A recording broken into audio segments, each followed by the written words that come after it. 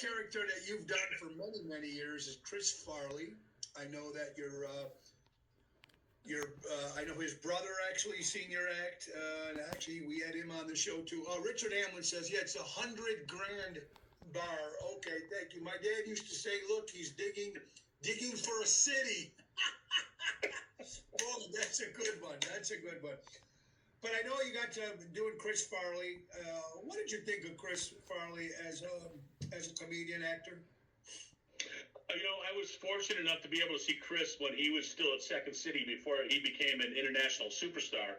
And I'll tell you what, the energy that guy brought to that club, to that theater, the 400 people, I'll say it, I said it before and I'll say it again, there was no louder, uproarious laughter than when Chris Farley was on that stage, man. I mean, everybody else was great at Second City. They all did a fantastic job. I would go down there, Mike Myers, Tim Meadows, Joel Murray, Dave Pasquazi. I mean, some of the best comedic improvisers in the world. But Chris Farley would go in there, and man, that like they say, he would do anything for a laugh.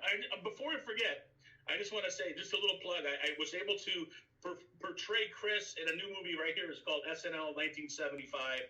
It was an amazing experience, and hopefully I'll get back on your show next year, Tone, when it comes out in 2025. It's going to be great. Let's talk about it. Like I said, Chris Farley, you've been doing Chris Farley for many years in your acts, in your stand-up, and people hire you to do Chris.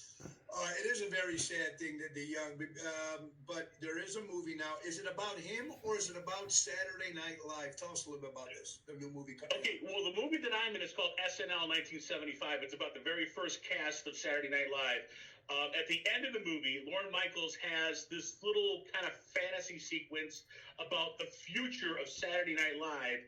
And he sees all these people walking down Broadway out in front of 30 Rockefeller Center, NBC in New York. And it's all these future characters. It's Matt Foley, the church lady, Hans and Franz, Wayne's World, the Blues Brothers, the cheerleaders. But there is a new movie coming out that I'm not going to be in, unfortunately, about Chris Farley. I think it's called The Chris Farley Story. And the guy that played, the movie about Nancy Kerrigan, the guy that hit Nancy Kerrigan, came out a few years ago. And then he also played Richard Jewell, the guy that got blamed for the. Oh yeah. That was a great movie. Great movie. Yeah. That guy is going to play Chris, so he's fantastic, by the way, and he's more age appropriate. Unfortunately, me being in my late 50s, unfortunately can't do it. But I'll tell you one thing that's happened. I never set out to be any type of Chris Farley impersonator or anything like that. It hit me. It came to me. I was at the Salvation Army, and I was doing a little bit of Chris in my stand-up. I was at the Salvation Army store, and I just went in there to find something. I was looking for a safari helmet for another skit. And I walked in there, and there was the Chris Farley right there, and there's the jacket, the Chris Farley jacket that he wore in the Matt Foley skit on SNL, hanging on the rack for $7. And that was 20 years ago in 2024. So I bought the damn thing for $7.